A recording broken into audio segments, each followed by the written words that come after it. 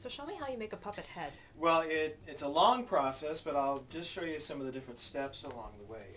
So what's usually done first, this is a sculpt I'm working on right now. So a character's head is sculpted. So I sometimes go from sketch designs and things of that nature, but then I spend quite a while sculpting and detailing a plasticine head. I use oil-based plasticine, and this is just the start of a character right now. But you can already see that that's his head, his neck, and shoulders.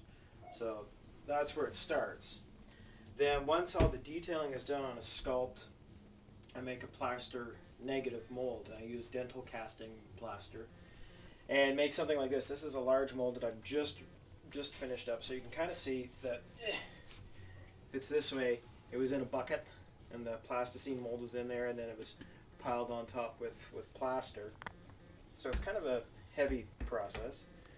Then I use liquid latex, which cures at room temperature, and this is just an empty bin of extra stuff, but you can see that once it's dry, it's nice rubbery, stretchy stuff. But what I do is I pour that into the mold, and this is called the slush mold process, because you slush the latex around, drain the excess, and you do it a number of times to get a number of layers.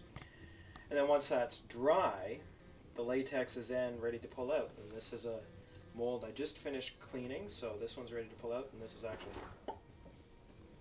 some cow udders.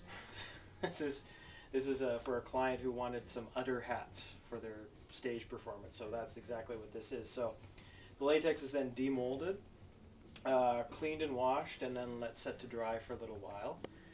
And then, but once the latex is cleaned up, just to give you an example, here's a puppet head that was just recently demolded as well. So you can see now I've got a hollow latex head that I can actually puppeteer. I can put my hand in. So this is then cleaned up and painted, detailed, like eyes put in, facial hair maybe put in, and all this is done by hand as well. Hair and facial details put on. And then that's a puppet head.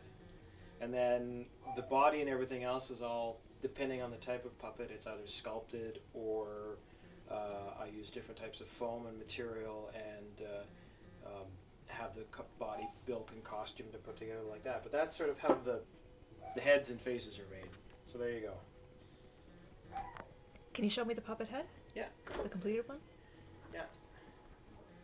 Here's the complete puppet head right here. Like that. I ain't got nobody. Nobody loves me.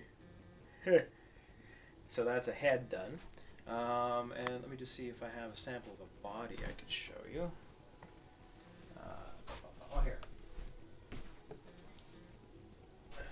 This is a puppet in the process of being assembled.